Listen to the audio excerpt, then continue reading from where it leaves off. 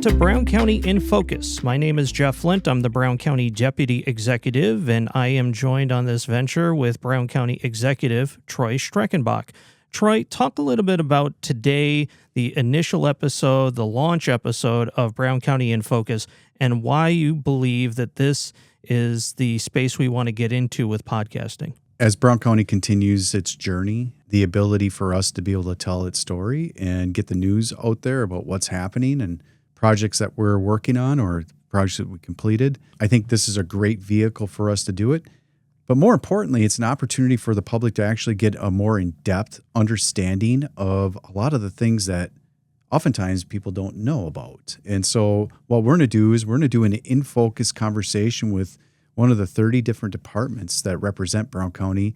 So the listener, the viewer, can actually get a better insight on what's happening in Brown County and whatever it might be as far as their information gathering, but an opportunity to learn more about what's happening in Brown County. And there's 30 different departments that Brown County has, and some things people might know, some things people might not know what kind of role Brown County plays in providing public services, and we'll have an opportunity to explore all of that. Yeah, and one of the things that we're hoping to be able to do is also at the same time give briefs on important topics or discussions that are happening in the community, whether it's the county board or stuff that's happening at the federal level or state level. We just passed the state budget and the impacts that may have. So again, this podcast is going to serve as a vehicle to really inform the public on things that are happening in all Brown County. Plus, it'll provide a context and an opportunity to go further in depth with issues where people will learn more about the stories of Brown County rather than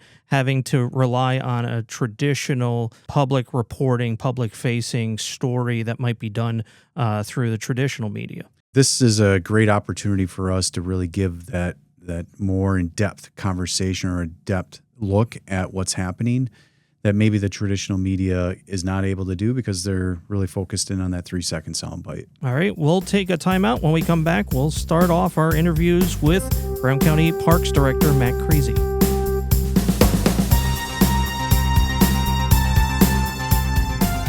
Hello, I'm Angela here at the New Zoo and Adventure Park. I want to make sure you know all about the fun stuff we have going on this summer to enjoy. The zoo itself is open every single day of the year, and we have a ton of stuff for you to see and enjoy. We've got giraffe feeding experiences, we've got our children's zoo feeding. You can come and even do some private animal encounters with us. And of course, we also have the Adventure Park too. That's where you can enjoy a zip line tour, you can do our climbing wall, and our ropes challenge course. There's even a kids course for those that are a little bit younger, so there's really something for everybody. Make sure you come on out, check out our website at newzoo.org to get all the information. We can't wait to see you here. Welcome back to Brown County in Focus. I'm Deputy Executive Jeff Flint of Brown County, joined by Brown County Executive Troy Streckenbach, and our guest on this episode is our Brown County Parks Director, Matt Kriese. Matt, welcome to the program. Thanks for having me. Yeah, hey, appreciate you coming on the podcast to kind of talk. Why don't we just tell a little bit about you and how long have you been with Brown County? Well, thanks, Troy, for having me. I've been with the Parks Department for 23-ish years. So, yeah, started my career with the DNR at State Parks, and before that, UW-Stevens Point. And I've seen just about every role and every job within the Brown County Parks. And now I'm happy, I guess, to be sitting at a desk and leading the parks for future generations. What do you think of the transition from when you were, assistant to now the director, and how long have you been the director? So I've been in the current position, the director position, for roughly 5 years or so. Has it been that long? Yeah, it's been a while. They're really, as I moved up, there's always a rhyme and reason behind moving up. It's not just for the monetary gain. It's what can you change? What can you do better? And that's what I looked at it as. I knew that we have a great park system in Brown County with roughly 270,000 people and a lot more tourists.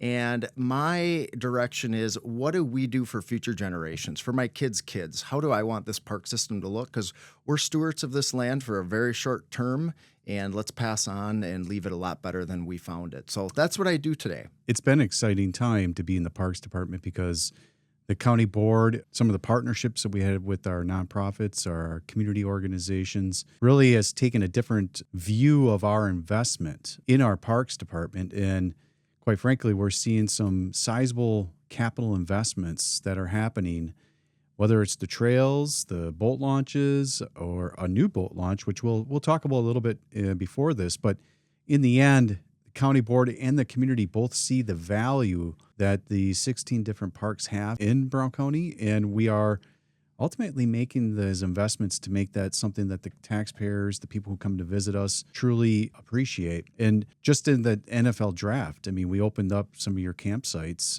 early in the season, and they were, what was it, like 97%? I don't remember the exact percentage, but it was extraordinary high as far as a total occupancy for those campsites. And I think that goes to showing that you have a pretty neat opportunity for people to visit and stay in certain accommodations that are not your traditional accommodations like the campground. So just wanted to say, as a county executive, thanks for taking the helm before we jump into some of the updates as far as what's happening in the parks. And hopefully during your time as the director, you're seeing an opportunity to make some sizable changes in how generations are going to enjoy. And as you mentioned, it's not just about the monetary, it's really about how you can contribute and what can you do for the future. Just thank you for your commitment and dedication to the Brown County Parks Department for all those years, and ultimately as the leader. And we see a lot of good things happening. We appreciate the strong team that you've built around you that has ultimately led us to where we're at today. And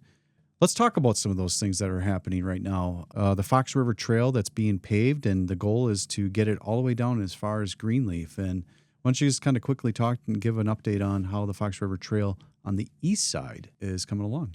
Yeah, so the Fox River State Recreational Trail, it's been in place since 2001. And with any major park project, we know that there's a lot of change that happens over the course of, decades. And one of those things is that the trail has gone from gravel in areas to asphalt in areas. But that initial 6 miles from downtown Green Bay to Heritage Road and De Pere has always been asphalt. And after 24 years, asphalt starts to deteriorate. We knew that we needed to make a change. And there were some safety concerns. Some of those lineal cracks that were within that asphalt caused a little bit of a hiccup for road bikes and rollerblades. So we determined a couple of years ago through studies that it was time to re-asphalt the trail. And that's really when pen is put to paper of how are we going to do this? We knew it was over $1 million. And we started reaching out looking for different grants and different avenues, because I certainly don't expect county government to fund that fully. And that's what we do. And that's what we do with every project. We were able to obtain some TAP funding, over $1 million, to get that initial 6 miles paved. And then also the county was able to kick in from some of the sales tax dollars to offset that in the tune of a couple $100,000. Back to partnerships, as the Friends of the Fox River Trail Group, a recognized group by the state and the county, they really stepped up to the plate. And to date, they've raised over $700,000 of private money from our community. That just shows. I mean, we have a trail that people love. Yeah. And when the community comes forward and says, hey, we're willing to open up our wallets and put our mouths where our money is and give us that kind of money, that's huge. So the county and the state grants through our department's funding roughly 60% of the overall investment on that asphalt, and then private donations, the rest of that. So the trail is almost complete, that original 6 miles. We have new asphalt, line striping, and some finish work is happening in the next week. But it's awesome. And it's hard to really envision sitting here on this podcast, but when you go out on that trail and you can stand there for 2 minutes and see 200 people running and walking by, that really shows that, hey, that connects communities and it's a quality of life that people value. Yeah, when you talk about those partnerships, a big shout out to the Flukies. They were really instrumental in helping us, one, have the conversation, two, with the fundraising. They're dedicated to that alternative mold oil facility. They've helped us on some other county projects in terms of just the education and awareness. And so their partnership in this has been great, along with the whole Friends of the Fox River Trail. On the west side, with our fairgrounds, now this is a future project. This is not something that's happening, but it is in conversation. So it is kind of ground floor. So you're learning a little bit more about what's happening in behind the scenes to kind of set the stage for the future. But we are working on a west side Fox River Trail. Of course, won't look like the East Side Trail because we took an abandoned rail. This will be more infrastructure that's already existing through roads, or perhaps what we're proposing through our property and in conjunction with New Water and Ashwaubenon.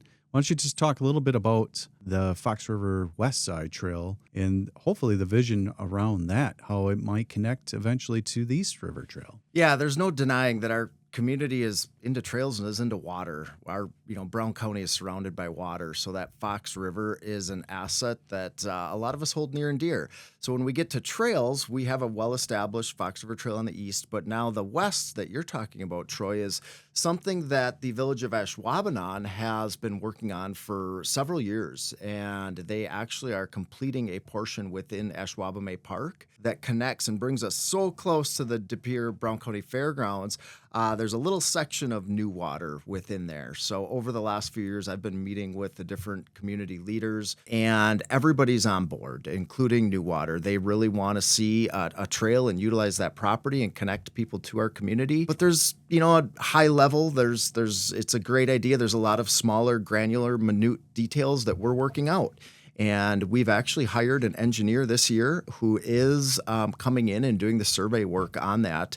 And we'll develop a plan and let us know how it's going to work and how it's going to shape up to make sure that we meet the needs of New Water security with different fencing, different camera systems, because that is a very technical operation that they have, and they're treating our water after all. And also that it's a safe corridor that people truly can connect through Ashwaubenon into Brown County, into De Pere, and ultimately over the Claude Alloway and back over to the Fox River Trail East. If you haven't been down by Ashwaubenon, there's now a bridge that takes you over the Dutchman's Creek.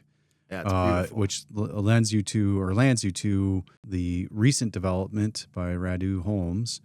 That then takes you to the 172, and you can go underneath that, and then you end up by the marina. And so you think about that will eventually connect you to Broadway, and that could bring you down to the Walnut Street Bridge. As we were discussing the master plan around fairgrounds, this is when we actually started to talk about it from Brown County's perspective.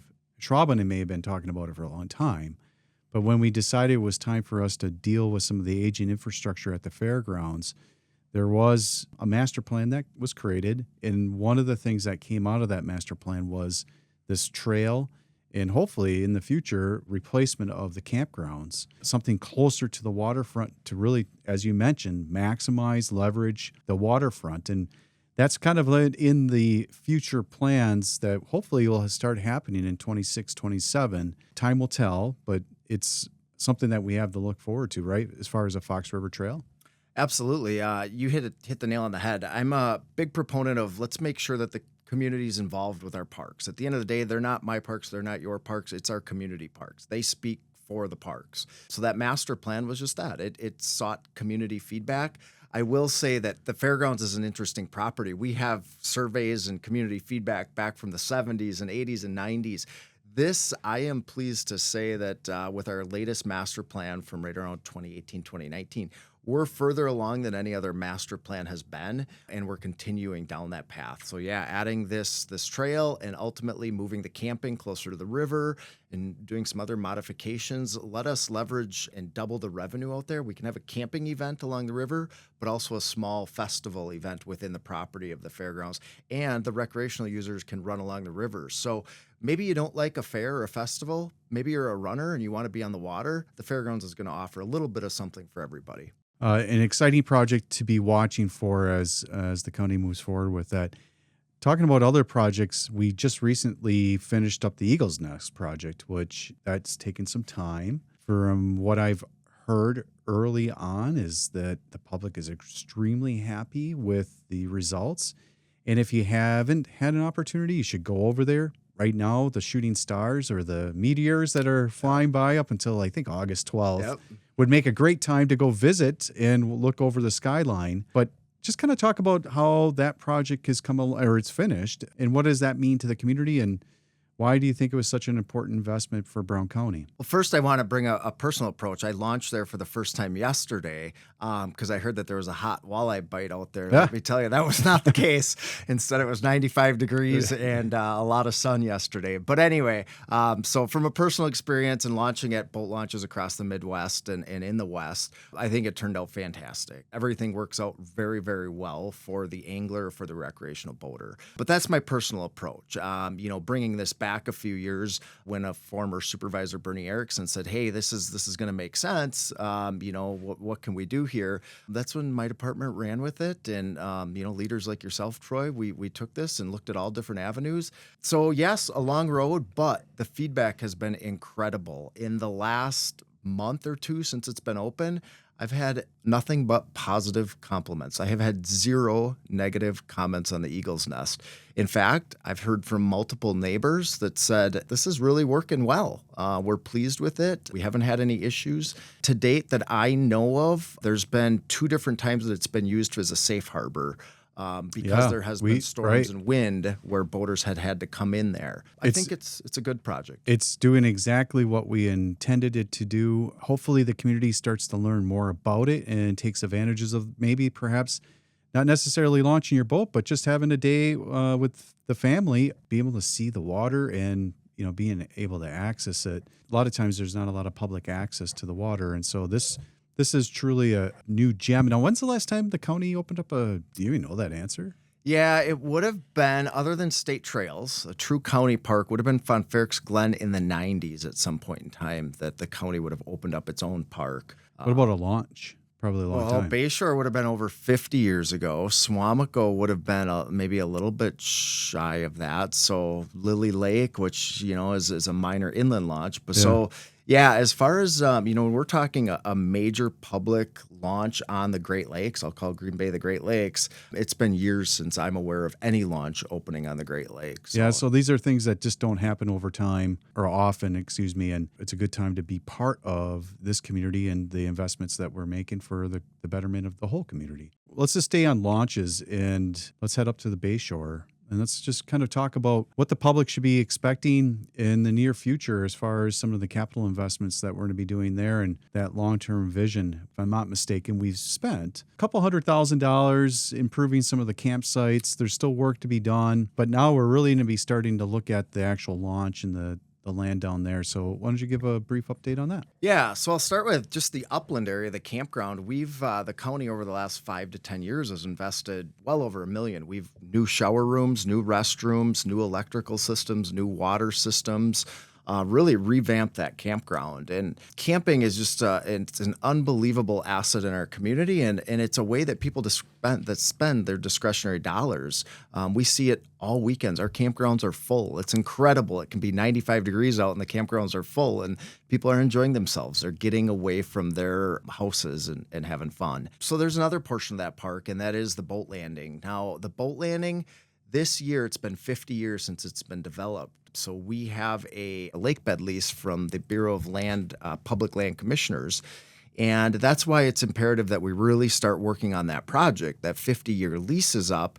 And now we can renew the lease, which we likely will. But a few years ago, in preparation of this, my department undertook a master plan. And that master plan, again, sought a lot of community feedback. What do you want to see here? Do you even want to see a boat launch? I think we know the answer to that. Right. But so that's what we did. That was step 1. Let's get that feedback. Let's make sure people are on the same page. Now we're in step 2, and we know that we have a master plan that's obtainable. I had submitted some capital projects, and they will go before yourself and before the board for the 2026 budget. So my goals would be to really look at the upper portion of that park, meaning where you drive down the hill. We're looking at potentially a ranger station with a gate that we can control access. It's at capacity. This weekend, my rangers were just saying there was over 200 people swimming on the beach and just as many people trying to launch a boat. That doesn't work well for people. There's congestion, there's safety issues when you have that. So all of a sudden I have to put 2 or 3 staff down there to manage traffic and manage people. So we need a better system in place for that. And that's what our master plan went and undertook. One, that ranger station will assist. We'll know when we're at capacity. We can close gates to the park. But number 2 is separate down near the water access, separate the public use from the boating use. And that's just what this master plan does. It reorientates the entire opening of the breakwater. Right now, it's facing roughly northeast. And when the wind kicks up, northeastern storms are pretty bad. When the wind kicks up from Gladstone, Michigan, we can have like an 87 mile fetch of wind that can blow in and directly into our harbor. That can lead to 12-foot wave heights if we have, substantial wind on the bay, which isn't all that common, but 4 to 6 foot waves are really common. I would say it happens every month. We get 4 to 6 foot waves. Reorientating that entire breakwater structure, now we only have like a 7 to 8 mile fetch distance. So waves can't get much more than a foot or two that wash in. Ultimately, when the waves wash into a breakwater structure, that's when they start to cause havoc and get really, really expensive really, really fast. So we can now model off of what we did at the Eagle's Nest at Bayshore. That's working extremely well. And that's what we're going to do is, it might seem really tall for people when the bay is a little bit low and you stand out there and why is there a 10, 12 foot tall rock structure here down the road? You're going to realize its purpose and understand the value of it. So Bayshore is underway. We're going to start in the upper portion next year. And then my hope would be in the next year or two, start on that lower portion, including raising the parking lot, new restroom building, reorientate the breakwater, separate the day use water access people from the boaters to make sure that safety issue isn't there. Then the upper portion have parking lot, fish cleaning station, and bathrooms up there. So a lot of things that are going to go on there. And then the question is, how do you get down the hill? I don't mind walking down that hill, but at some point in time, I'm not going to want to walk down that hill. And we talked about having stairs with landings, and then even working with volunteer groups. Is there a fishing club that we can work on a golf cart and shuttle people back up and down that hill? Because when the perch bite is good out there, people travel. And that's what we see this summer. Yeah. And what do they, Discover Green Bay, if Brad Toll was sitting here with us right now, what would they say that the total economic impact is of the bay and what it means to the greater Green Bay area as far as the recreational fishery standpoint? And so anything we can, million. Yeah, annually. anything we can do to say that again? $264 million annually is our economic recreation fishing impact on the lower bay, which is crazy. That's just anglers. And so the point being is that, if we want to have discretionary dollars to be spent in the Brown County area, making these type of investments, whether it's someone camping or someone wanting to go fishing, is all good Brown County. So that's great to hear that we have these plans coming forward. Obviously, the county board has to sign off on this and state and a lot of permitting. But in the end, we've been talking about this for a number of years. This ain't new. It's now finally getting teed up for potential approval going forward. Why don't we hop across the bay and start talking about some of the other properties that the county has in its oversight? And I guess let's just start with Barkhausen. Yeah, so Barkhausen is one of our older parks. The county picked it up in the mid-50s, and really it's a waterfowl refuge. It's the first waterfowl refuge in the state of Wisconsin that's been designated, and it's a lot of water impoundments that Mr. Barkhausen founded Northwest Engineering on the banks of the Fox River, came over to Barkhausen, and I always say that was his playground. That's where he dug ponds, played in the dirt, and created all this bird habitat. So now it's our environmental education hub for the county and for our park system. We see well over 10,000 kids and adults out there a year. So our goal is to create stewards. Our land and our water is important resources for us all, and we know we all need all of those things. So to bring the kids out, whether they're in pre-K all the way up to high school, and expose them to that and learn some of the more technical aspects of the environment, that's what our staff strive at. Yeah, and that center is, I've been there for a lot of different events, whether it was making birdhouses or if it's going on the night walks, cross-country skiing, checking out the sensory park. It's such a great community asset that if people haven't been out there, you're really, truly missing a gem that's within 15 minutes of most of the urban areas of Brown County. Obviously not from like Denmark, but that's only 20-minute drive to maybe 25-minute drive. It is truly an extraordinary. We're very fortunate to have it here in Brown County. And the programming that Brown County Parks, everything that I've seen online, most, if not all, of your programs get sold out. Obviously, if we were charging more, we could probably, support more additional staff and actually do more of the events. but that's not really the intent. The intent is have a couple of the events, try to generate enough money to cover some of the operational expenses, but this is not a revenue generating aspect of the parks department. The reality is you could probably sell out 4 or 5 of those events, and the problem is how do you sustain that year round? And so I would just say, if you're interested in some of the programs that the park's putting on, keep an eye on it, just like the reservations for Pamperin Park. Absolutely. Keep your eye on it and check, make sure you check them out. But the programming your team does out there is absolutely fantastic. Yeah, they do fill up. We have a great assistant naturalist right now and other staff as well, but they're really hitting it out of the park and really being kind of trendsetters, because we can look around Wisconsin and see what other nature centers are doing, but they're picking some of these projects and some of these different programs from other states and different areas that are not a Midwest thing, and it's working. When I look at registration and it's like, you guys filled up in 2 days? Wait, we gotta really look at this as a team. And one, yes, are we charging enough for some of these programs? And two, of, how many more can we offer if there's that much of a need that our community wants to see? But we're seeing people drive over an hour for our programs. So, and maybe that's one of the things that you do with the friends groups is just say, hey, we could probably host more of these, but we as a team can only do so much for another day, and how we can make available some of this, like that frogging one. It was, I remember bringing my kids, and, I was a little creeped out going into the water, but we ended up, like today we still talk about the fact that we went and did that and really had such an enjoyable time as a family doing it. Certainly hope that other families take advantage of such a great resource and park all year. Yeah, there's a lot to offer at that park. And, we've only lost a couple kids over the years out there. So, kidding. Yes, of course, kidding. And the other thing that you guys have done out there is, of course, you've had the goats, trying new things and to deal with the invasive species. There's a lot of different things.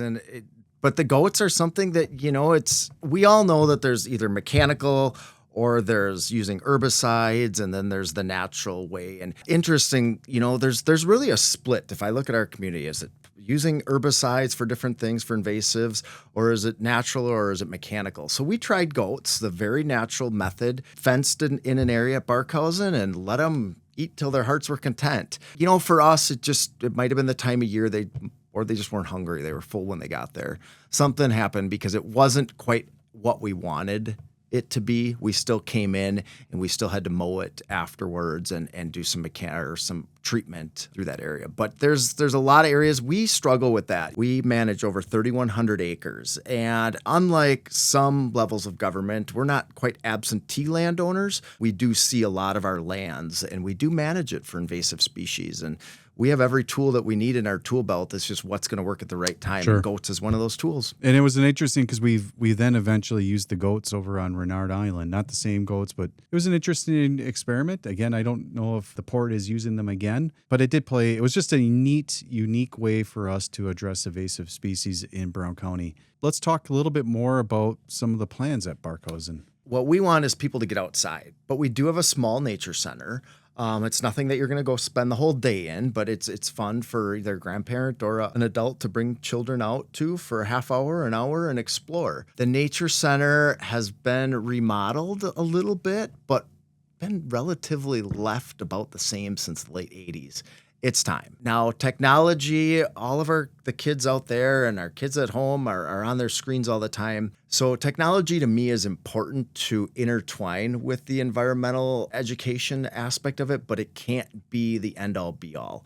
So we are working on some proposals from some different vendors, and we will have a totally remodeled nature center by mid-2026, incorporating what you're familiar with at Barkhausen, being northern pike spawning, being the marshes of the West Shore, our trees, flora. Did you ever and think fauna. about potentially having the museum as an extension, kind of like they were able to go into some of the archives? I mean, think about how much stuff they have in their archives, whether it's different species or maybe whatever you're trying to educate. From history, I see them having the historical photographs and things, because there is going to be a small history Well, section maybe we'll there, be reaching out to Beth over at the museum to there say, you go. hey, we want a Neville Public Museum corner. Let's talk about how we could potentially integrate this as far as a programming. And then we should talk to Sarah Sugden. So when you're doing your programming, she And we- potentially could have, reading The librarians materials. sometimes actually come out. We do have a story trail in partnership with Yes. the library, so there is a story trail throughout. We've even tried the Wi-Fi auto book checkout out in the woods where somebody can go connect to Wi-Fi from our site and check out books from the library. That we ran into some technology hiccups, but yeah, we're all about partnerships, see how it Yeah. works. Some of them work great, and some of them you don't know if you don't try. And Right. there's, no risk, no reward sometimes. The reality is you don't know unless you try. And again, like you said, maybe they don't all hit a home run, but I think that you guys do a pretty good job in planning your programs, and oftentimes they're full. Yeah, And people are works taking pretty well. advantage of the opportunity. Anything else you want to talk about Barkhausen, or we're going to move over to reforestation account? We better move on. Yes. High level here. We just hired a forestry consultant, which is interesting. Brown County, very populated county. We have one of the largest woodlots in the county at over 1,400 acres. And yeah, I dabbled in forestry in school, and some of my staff have as well. That's not our job, nor do we have time to go and cruise timber for a month all summer long, although I'd love to. So we are hiring a forester to come in and cruise this timber and these stands and really give us a game plan, a 20 to 25 year forestry plan that tells us how these different harvests are going to work. Hey, you need to harvest this old growth in the next year, and you can't touch this because you have red-shouldered hawks here, or there's some other, threatened species here. So that's what we really want, is somebody to come in, tell us the plan.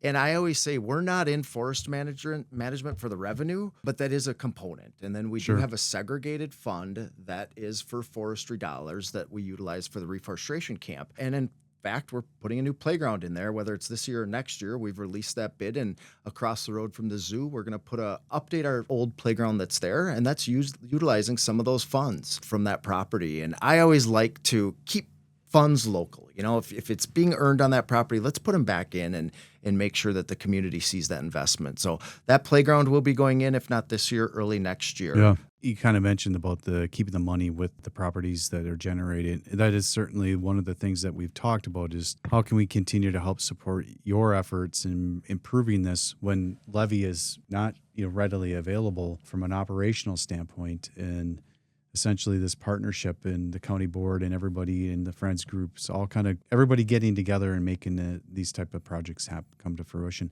Side note, what's the story and the status of the shooting range?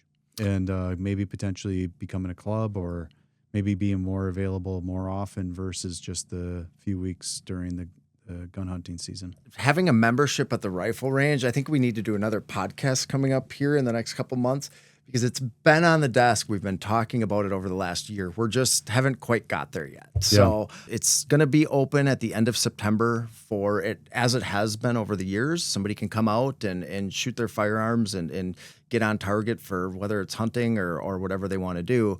But I need to work on the membership, and then I also need to make sure our corp council is on board and everybody's comfortable with what we're looking to do. Well, Matt, I appreciate you taking time to come down and discuss all things Brown County parks. Yeah, no, thanks for having me, and get outdoors. The parks are yours. Have fun. Back to you, Jeff. All right. Thank you very much, Matt. And Troy, we'll be right back to wrap up this first episode of Brown County in Focus right after this.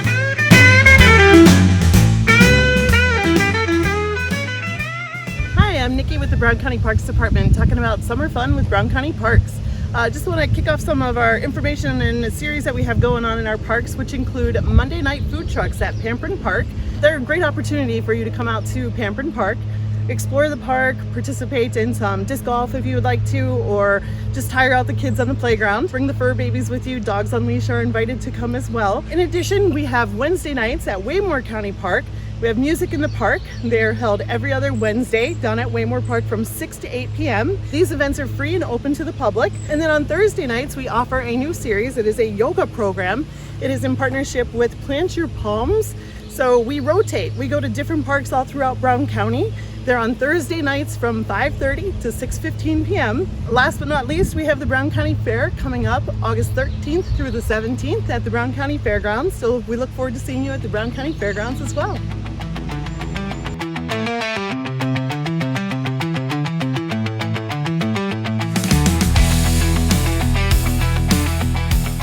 Welcome back to Brown County in Focus. I'm Jeff Flint, Brown County Deputy Executive. Well, this is just a sample of what is to come here on Brown County in Focus. Troy, thank you for sitting down with us today, and we'll be back next time with more information, more public service from Brown County in Focus.